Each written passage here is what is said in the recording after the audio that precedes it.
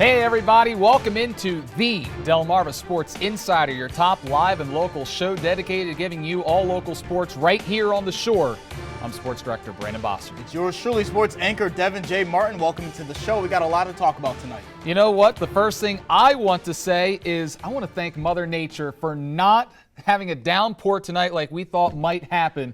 It was actually a great night for football out there. I know. We would have missed out on a lot of playoff games, and you know what that means. When it's playoff time here in Maryland, Brandon, that means our Bayside teams are starting to, twiggle down a little bit, dwindle down a little bit, and some are still going, and some, their seasons end today. Right. You know what? I got to say, I was not expecting for these games to be played tonight. I was looking all week to see if these games would be moved to Thursday or Saturday like Decatur and North Carolina, but they were played tonight. And thankfully, weather was not a factor. We have to start in Stevensville as the Bucks welcomed in the Tribe in the second round of the playoffs. Y-High looking to upset the #1 ranked team. This was a close game a couple weeks ago. Yeah, and that's right, Brandon. I mean, the last time these two teams faced off, Kent walked away with a 28-13 win. Again, as you mentioned, that one's a 15-point win, but it was a lot closer than that. It was closer than the score made it seem. They scored a very late touchdown in that game to make it a 15-point W. But you can bet this time around that the Tribe are looking to get even. Now, Y-High, they want revenge for that loss from the Bucks, and Kent Island at the goal line, and big man Casey Heath gets the handoff and fights his way in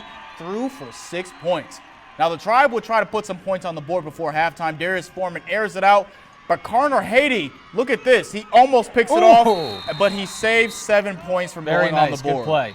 All right, now KI would control this game from start to finish. Bucks at the goal line again. Hey, it's like Mike Allstott, right? Give it to him. He's going to barrel his way in, hurdles his way over the Tribe to get in for the score. Kent Island up huge right here. Foreman going to air it out. Again, picked off by Casey Heath. We saw this at the end of the first game as well. Goes all the way to the house untouched. Bucks continue their winning ways. Wow. They shut out Y-High, a final score of 38-0.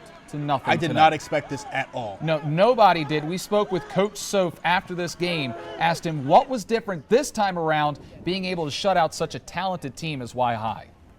I don't know if it's our peak. I just know that our boys played well tonight against an outstanding team. I have much respect for Y-High, their coaches and their players. It was a great battle between two very good Bayside teams, so I'm really proud of how we performed. I don't know if it was a peak thing, but we played well tonight. We lost the first game of the season, and there's no way we thought we would be here right now. Our boys face adversity all season and not getting the respect that we think we deserve when we win games. So we're just going to keep playing at our level and do what we do.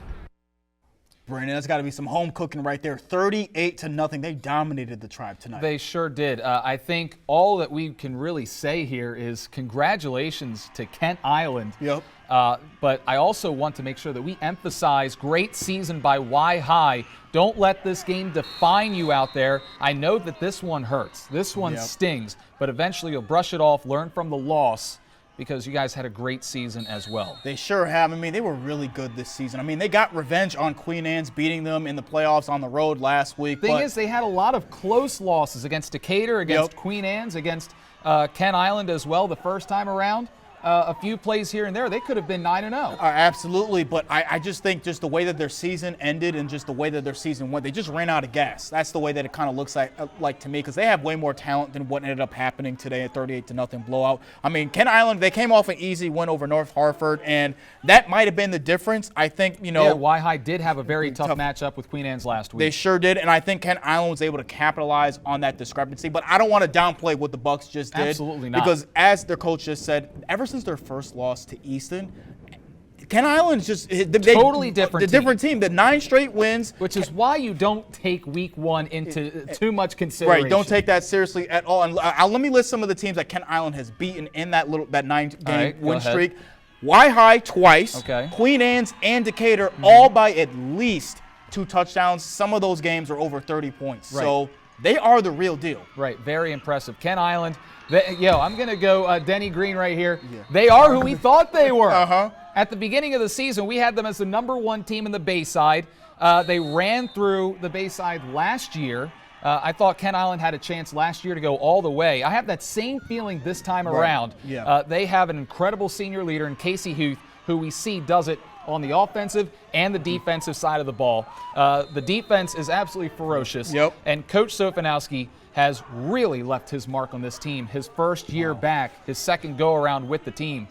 Fell in week 1 to Easton by 3 scores, and it reminds me of what they told me back in camp. Was the Bucks were talking about how hard those practices were. Yep. And the reason that they were so happy to be pushing that hard in August, in that heat, was for the games taking place right now in November when they needed it most. And you can see it with the Bucks. They're getting better as the season goes along, and you know what? They might be hitting their peak at the right moment. Absolutely, and everything that they put, all that work that they put in the offseason is starting to pay off right now. Now, Brandon, we got to move to the 1A. Colonel Richardson, the #1 seed, hosting Bohemia Manor, the Eagles. The Colonels are winners of 7 of their last 8 games. So yeah, they're like hot. They're also peaking at the right time, and they want to put on a show for their home fans. They were hosting this playoff game.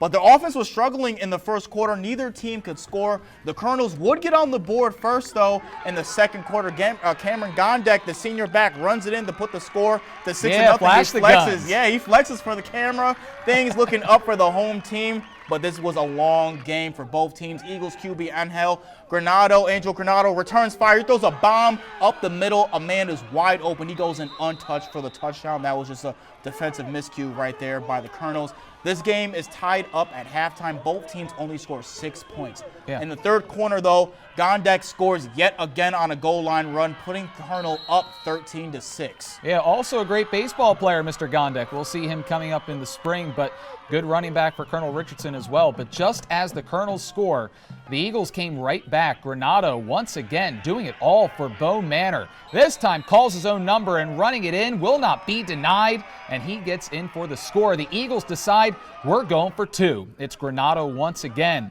running in a sea of bodies, and Colonel thinks they have him stopped short of the conversion. Refs come in, and they say he crossed the plane. They count it. Colonel's down 14-13. Now, Brandon, with 5 minutes left in the game, you see this play right here. It was a 3rd and 1 that they decide to do a sweep, and they're stopped short. He's tackled for a loss of 4 yards. 4th and 5th, down 1. They decide to go for the field goal, but the kick is muffed by the Colonels, and it's short, no good. They can't score, and that will be all she wrote. They don't get the ball back. Colonels lose a close one, 14-13. I really feel for them because last week they weren't able to play a playoff game against Washington High, who forfeited. They came this close. They were 3rd and 1 at the 1-yard line. A field goal would win the game possibly. Touchdown probably seals the game as well. Let's hear from Coach James Jackson after the game. Man, we let the 12th man in. All year we talk about that 12th man, and tonight the 12th man haunted us. Penalties that we shouldn't have had, missed blocks that we've been working hard on all week, and we kept letting him in. And tonight was one of those games where it actually came back and got us. It hurts. It hurts. They expected to go to the quarterfinals and maybe further this year, but they gave it all. I mean, they played a heck of a game. They had a heck of a season. I'm just proud of this whole group. My review of the season, I felt like we overachieved. I didn't coming in with all the young guys we got, 6 seniors, 4 juniors, and the rest sophomore and freshmen.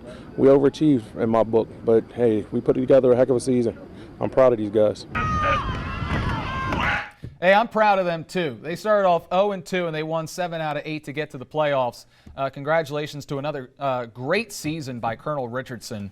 And Parkside season unfortunately coming to an end at Hartford Tech. Final score there of 30-13.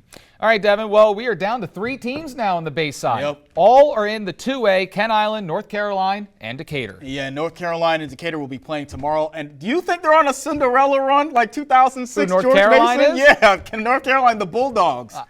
You know what? When you've got a great coach like North Carolina has, Mr. McCormick out there, and you've got a running back like Zymir Smith, who knows? It's possible. I mean, I think they like being the underdogs. I mean, because, you know, they crushed Easton last week, and now the Seahawks are their next test. On the road, it is one game. Anything can happen. Decatur is definitely the favorites, and they should be. But if the Bulldogs play like they were last week against Easton, Totally different team. Yeah, this one could go either way if they play like the way that they did last week. Yeah, we hear it all the time. Playoffs, it's a totally different season. Throw Different out beast. the regular season. Yep. You know what? Can't wait for this game tomorrow in Berlin.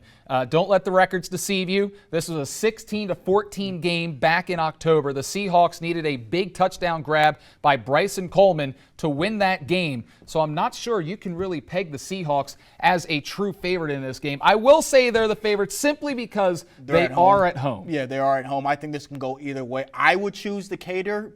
That's what my head would say. But again, the way that North Carolina played, I don't know if it was a flash in the pan or something that's going to be consistent over the next couple weeks, and we won't get our answer until tomorrow. I'll go out on a limb, and I'll say the team that makes the fewest errors is going to win this game. You're going out on a limb with that one. Absolutely. All right, that'll do it for the A block. We're taking our first time out.